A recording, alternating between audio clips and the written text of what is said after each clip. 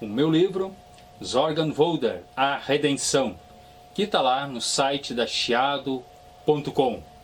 Também adianto a vocês que eu tenho mais livros lá no Clube de Autores. Olá, eu sou o João Dantas e convido você a conhecer o canal Universo das Telas. Agora vamos falar um pouco, bastante, pode-se dizer até, incluindo curiosidades da dramática e às vezes até bem humorada série Breaking Bad.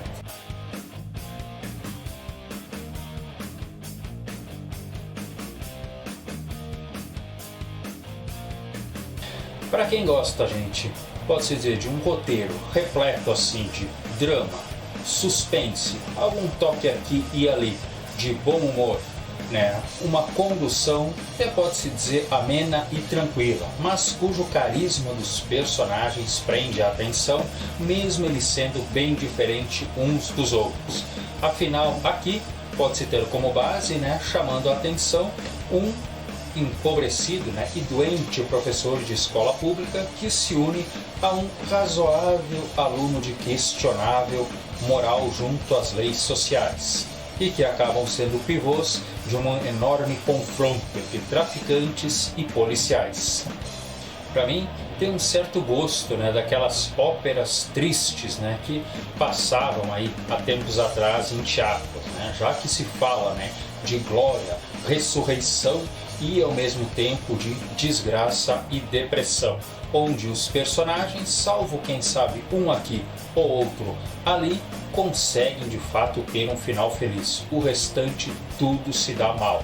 E olha que os personagens que eu estou dizendo que acho que se deram bem são aqueles que praticamente ali pelo fim da quarta temporada acabaram desaparecendo. Tomara que eles tenham tido pelo menos no papel do roteirista um final feliz, porque protagonistas em geral ou foram para debaixo da terra ou ficaram sobre ela praticamente como mortos-vivos.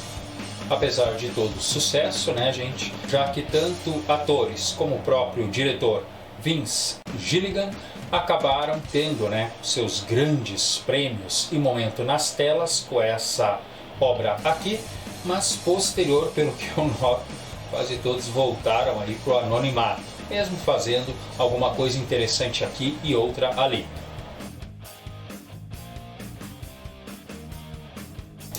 O roteiro, gente. Bem, a história se trata aí, né, do professor, né, da área pública, né, do ensino médio, Walter White, que além de estar sofrendo uma doença, precisa ter 2 empregos, a sua esposa está grávida de um segundo filho não planejado, que depois viria a ser, né, uma menina, e, é claro, ele tem um filho adolescente, mas é um filho que não traz o problema que se imagina. Só que ele tem um problema, né, que restringe muito a sua ação, tanto cerebral como física. Mas não deixa de ser, olha, na minha opinião, um elogiado trabalho do ator que fez esse adolescente aí. E para complicar um pouquinho mais, o professor Walter White descobre, né, que trabalhar de dia para comer de noite e a perspectiva de um novo bebê já é algo sufocante, que ele começa a ter sim um sério câncer que está avançando aí a passos largos. É nesse momento que ele acaba tendo a ideia incrível, né, de uma certa ligação, né, com o seu cunhado, o policial Hank, feito muito bem, um tipo policial linha dura e sempre bulldogão, cara amarrada, e depois ele acaba sabendo ainda que um ex-aluno dele, o Jesse Pinkman, também tem alguma experiência no mundo das drogas, e ele resolve fazer um pequeno laboratório e vender metanfetamina, que é tipo um cristal, né, que você esfarela, e eu não vou explicar como se faz, que a série lá deixa isso bem detalhado. Tendo apenas uma pequena meta, né, de deixar dinheiro para sua família e quem sabe conseguir se curar, pouco a pouco, né, os dois atrapalhados vão se unindo num turbilhão, que é claro, traz muito dinheiro para o bolso deles, mas que acaba envolvendo complicados momentos na vida dos dois, já que grandes traficantes estão a fim de contratar o serviço dos mesmos. Mas tem que se dizer, esse Walter White e Jesse Pinkman nasceram para trabalhar de dia e comer de noite, porque eles não conseguem nessa série aqui, nem lá pelo final, fazer uma coisa que presta com a grana. Agora, vamos partir para as curiosidades, já que nessas 5 temporadas, gente, não é pouca coisa que acontece. Mas vamos iniciar, por que não, pelo pai de tudo, o diretor Vince Gilligan. Em um momento, o diretor estava meio o Walter White, né? Um mês estava desempregado e choramingando aí as mágoas aí para um amigo. Esse amigo disse para ele: quem sabe você entra dentro de uma van e começa a produzir metanfetamina para conseguir sobreviver. Baseado nisso, ele começou a fazer o roteiro que encheu, né, tanto as telas como a própria vida, pode-se dizer, do diretor. Outra inspiração, pode-se dizer, para o diretor foi também, né, um cidadão humilde que acaba entrando no mundo aí do crime em busca de grana, do antigo filme Adeus Mr. Chip. E quem diria, né, que o Gilligan acabou trabalhando, né, em alguns roteiros aí da série Arquivo X. E não é que lá acabou cruzando mesmo, né, já que alguns episódios os atores que fazem Walter White, Jesse Pinkman e o policial Hank fazem parte de alguns episódios da série Arquivo X. E quem diria que o loirinho esquentado do Jesse Pinkman, a princípio ele morreria ali pelo final da primeira temporada. Isso seria a princípio, né, gente, para causar remorso no Walter White, que acabou colocando o garoto no meio de toda uma sinuca aí problemática. Só que duas coisas contribuíram. O Gilligan acabou notando, né, que os personagens, né, o professor, bem como o ex-aluno, estavam com uma ótima química, apesar de serem bem diferentes. Para a sorte deles, o que contribuiu ainda é que teve uma greve, né, de roteiristas em certa fase ali de Hollywood. E o que aconteceu? O episódio da morte do Jesse, que era um dos últimos da primeira temporada, acabou não sendo feito. A primeira temporada acabou tendo menos episódios do que se esperava. Breaking Bad era para ser o nome apenas de um episódio, que significa algo semelhante a quebrando a rotina, indo contra a natureza das coisas.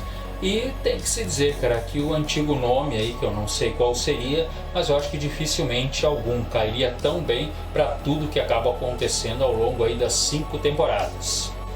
Ator Bryan Cranston, ele que faz o Walter White. Walter White acaba criando, né, um codinome para ele no mundo do crime, que seria Heisenberg. Inclusive, quando ele fala esse nome, né, Heisenberg, com aquele vozeirão, fica bem assustador. Na realidade, né, esse Heisenberg seria um físico, né, que ganhou inclusive, né, um prêmio Nobel. Ele fez a teoria da incerteza, que, pelo que eu entendi, poucas pessoas entendem, né? Mas olha, eu acho que é a cara dessa série aqui. Claro que um dos contrastes, gente, é aquele chapéuzinho, né, legal que ele usa, né? Parece que é nome Pork Pie. Ele acabava pedindo, toma lá, dá cá, algo para botar na cabeça, e acabou se adaptando a esse chapéu. Isso aconteceu porque uma certa fase ali da série, ele acaba raspando a cabeça, né, a fim de demonstrar que ele estava fazendo a quimioterapia. Só que cenas começaram a ser refeitas, né? E é claro, na hora delas serem refeitas, ele podia muito bem colocar uma peruca. Mesmo assim, ele ainda ficava com um pouco de frio. E aí pediu para botar esse chapéu, que ele já estava usando nos sets de gravação, para incluir no personagem, a fim da carequinha não ficar tão congelada. Cena inusitada, mas que acabou sendo aí uma galhofa dos fãs, é um dos momentos, né, que o Walter White está tentando retornar à sua casa, já que ele se separa, pode-se dizer, da sua bela, né, e germânica esposa, né, mas ela acaba batendo a porta na cara dele quase sempre. Uma dessas cenas, ele fica bravo e o personagem, que está com uma grande de uma pizza, né, joga a pizza a princípio contra a porta da garagem, mas inacreditavelmente, né, ao jogar a pizza, né, a embalagem se abre e a pizza em si sai girando feito um disco voador e acaba parando em cima da garagem. É visível, né, que essa cena de jogar a pizza foi criada pelo próprio, posso dizer, ator, né, que faz o Walter, né, mas ele não esperava que ela fosse sair girando, feito um disco voador e parando em cima do telhado. Tanto que ele chega a parar, olhar para o telhado, ele dá uma olhada para o pessoal da produção assim e segue indo embora. E parece que até hoje, infelizmente, para a proprietária dessa casa, né, que cedeu a casa, né, para fazer as cenas ali de frente, internamente, pelo que eu compreendi, tudo foi feito em um estúdio, né? Eles passam lá e dele pizza naquele telhado. Termina a série, o ator tatua, né? Posso dizer as siglas, né? Químicas BR/BA. Parece que elas são muito utilizadas, né, no tratamento do câncer. Mesmo a esposa do mesmo não gostando nem um pouco dessas pequeninas tatuagens. O ator, ele fazia de fato a voz, né, de um dos personagens do Power Rangers. Se não me engano, era o personagem Azul. Em 2017 foi feito um filme, né, dessa série da antiga e o ator acaba fazendo uma ponta bem interessante. Sem falar, né, que o próprio personagem que faz o Power Ranger Azul acabou ganhando o sobrenome do mesmo. Durante a série foi criado na vida real um site, né, Walter White, para quem quisesse doar, né, para ajudar as pessoas que têm câncer. Aliás, dentro da própria série, né, o filho dele, aquele filho adolescente que eu falei, deficiente, também acaba criando um site, né, com a ideia de ajudar o pai. Ator Aaron Paul, também conhecido aí como personagem Jesse Pinkman. O personagem, né, ao longo dos 62 episódios da série, acaba dizendo bitch cerca aí de 54 vezes. Quase dá um bitch, né, que significa cadela ou vaca, um pejorativo feminino, né, quase uma vez por episódio. E não é que em 2014 foi lançado, né, inclusive um aplicativo com esse nome em homenagem aí a esta situação. Repetindo outra vez, eu acho que vale a pena, né? Ali por 2007, 2008 teve uma greve de roteiristas, o que acabou fazendo, né, que a primeira temporada não tivesse 9 episódios, e sim apenas 7. E isso aí contribuiu, e não foi pouco, para que o personagem Jesse não morresse no 9º episódio, que acabou nem existindo. O ator chegou a ganhar um Globo de Ouro pela sua atuação, e ao receber o mesmo, ele acabou dizendo: "Obrigado, Gilligan, por não me matar." Há pouco tempo, teve o filme El Camino, que mostra, né, mais uma etapa da vida do Jesse assim que ele sai, né, termina após a 5ª temporada de Breaking Bad, onde ele consegue, pode-se dizer, uma razoável redenção, né? Ele consegue finalmente, né, uma identidade falsa e acaba escolhendo o Alasca, né, como sua nova casa para viver lá em paz.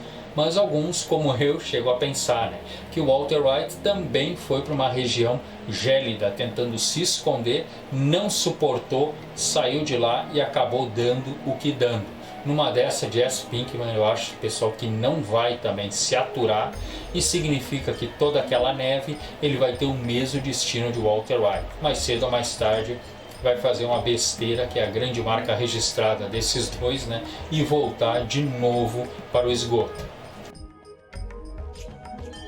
A casa que Jesse Pinkman habita, se não me engano, na primeira temporada, onde ele tem toda aquela trabalheira, é lá que ele acaba deixando, né, o motorhome, o laboratório deles, né, ela de fato existia, né, e tanto por fora como por dentro ela foi utilizada, né, para fazer as gravações. Só que ali pela 2ª temporada ela foi comprada e os novos proprietários não quiseram saber nem de alugar a frente dela para a série.